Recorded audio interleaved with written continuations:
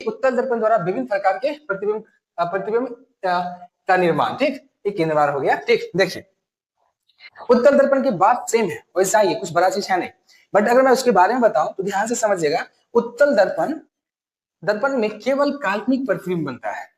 केवल क्या होता है? काल्पनिक, यानी कि आभासी, यानी कि हमेशा सीधा ही प्रतिबिंब बनेगा। ठीक, यह प्रतिबिंब सीधा तथा वस्तु से छोटा बनता है। अब मैं एक बात बताता हूं आपको, अगर उत्तल दर्पण होगा, प्रतिबिंब बोलेगा कि कैसा बनेगा, तो आप याद रखिएगा वो प्रतिबिंब आप किस उसकी जगह कहीं भी बदल दीजिए, वक्ता केंद्र या कहीं भी रख दीजिए, उसका जो प्रतिबिंब होगा वो हमेशा सीधा ही बनेगा। कहीं भी रखिए, कहीं भी रखिएगा, उसका प्रतिबिंब क्या होगा? हमेशा सीधा ही बनेगा, उल्टा बनता ही नहीं। ठीक ना? तो मैं थोड़ी सी आपको एक चीज के बारे में बता देता हूँ, विस्तृत चलेंगे किसी फिल्म और क्लास में। थोड़ी सी स्थिति अभी मौसम थोड़ी सी खराब है, तो हो सकती है कि लाइन कटा जाए। देखिए यहाँ पे देखा जाए कि जब वस्तु अनंत और ध्रुव की स्थिति बीच में हो, तो देखिए ये आपका उत्तल हो गया, और ये उत्तल है, तो आप जानते हैं कि वस्तु को मैंने कहाँ पे रखा होगा? यहाँ पे रखा है ना। तो इसकी स्थिति कैसे होती है? आप जानते होंगे कि यहाँ पे मुख्य अक्ष के समानांतर जाएगा तो दर्पण से परावर्तन के बाद कुछ इस प्रकार से परावर्तन हो जाता है।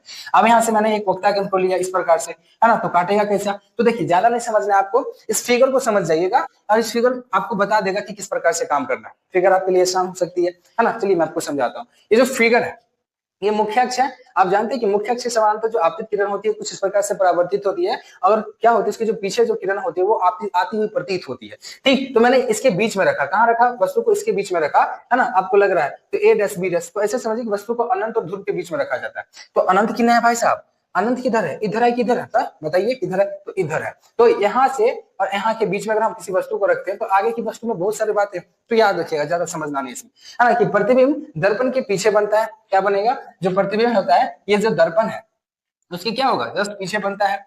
प्रतिबिंब काल्पनिक यानी कि आभासी बनता है, यानी कि आभासी का मतलब समझ जाते हो आप लोग, सीधा होता है ना। तो काल्पनिक जो होता है वो प्रतिबिंब बनता है। यह प्रतिबिंब सीधा तथा वस्तु से छोटा होता है, यानी कि प्रतिबिंब जो होता है वो सीधा होता है और वस्तु से क्या होता है? छोटा होता है। इतना याद रखिएगा। ठीक, किसमें? तो उत्तल दर्पण में। और उत्तल दर्पण में अगर किसी वस्तु का आप स्थिति बदल देते हो, वक्ता केंद्र, फोकस, दूर और अलग अलग जगह पर रख देते हो, तो प्रतिबिंब बनेगा जो बनेगा वो हमेशा सीधा ही बनेगा। ठीक, तो